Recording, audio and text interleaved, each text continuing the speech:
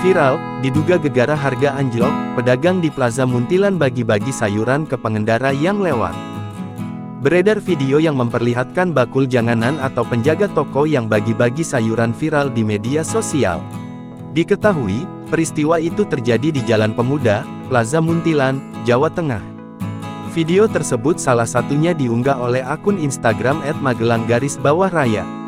Dalam video tersebut, terlihat suasana sore hari di jalan dekat pusat perbelanjaan Muntilan. Nampak, banyak pengendara motor dan mobil yang lalu lalang di jalanan. Namun, tiba-tiba beberapa orang yang diketahui merupakan pedagang sayur menghalangi beberapa pengendara yang lewat.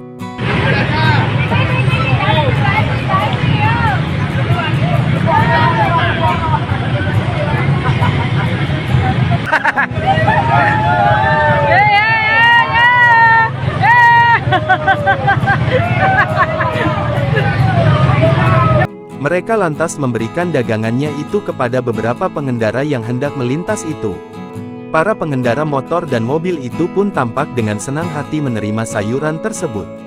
Beberapa pengendara lain pun datang menghampiri untuk mendapatkan sayuran gratis itu. Berdasarkan keterangan pengunggah akun, hal itu dilakukan lantaran harga sayuran anjlok dan tak laku. Sontak saja unggahan tersebut pun mengundang berbagai komentar dari warganet. Banyak warganet yang berkomentar ini merupakan hal yang positif daripada sayuran itu layu terbuang.